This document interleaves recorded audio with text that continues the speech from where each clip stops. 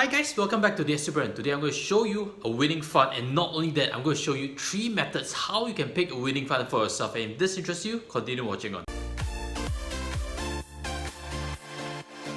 You know, they always say don't flip the book right to the end. You should start from the start and continue, and finally you get your ending.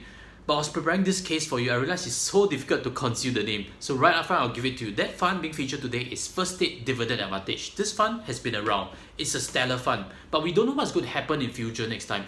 This fund may or may not perform, nobody knows, but the principles of selecting a winning fund remains. And today I'll give you 3 main key points, and that's why you should stick towards the end of the video. The first thing when you are looking for a winning fund is to look for something that's been around for at least a few years. The key reason is this: when the fund is new, there's no data. There's no 3-year annualized volatility that we can measure it on. There's no 3-year Sharpe ratio. And I'll pull up over here why this fund, First State Dividend Advantage, actually ranks so well. This number you see over here, 0.93, this is a fantastic return. And you measure across all funds, this is about the highest you can get.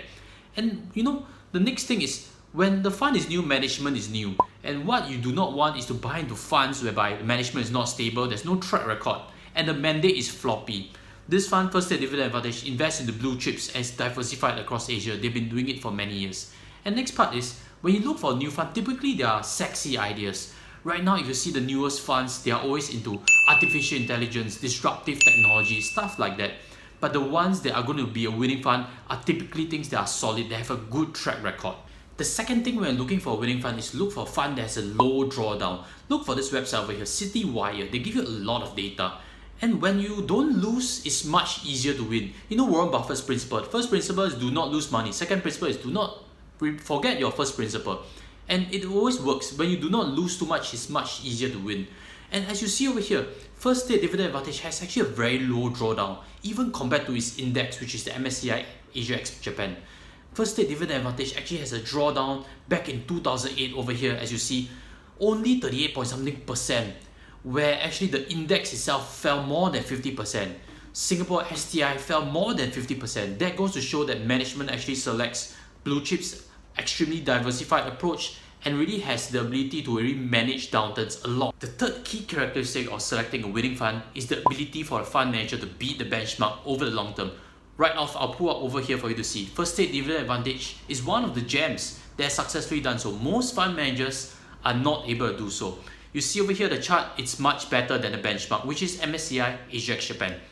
And over here, the next discussion is what exactly is long term? Is long term 5 years, 10 years? And I'll answer that with this chart. As you can see over here, when you invest for 10 years and 20 years, you're almost certain to make a gain.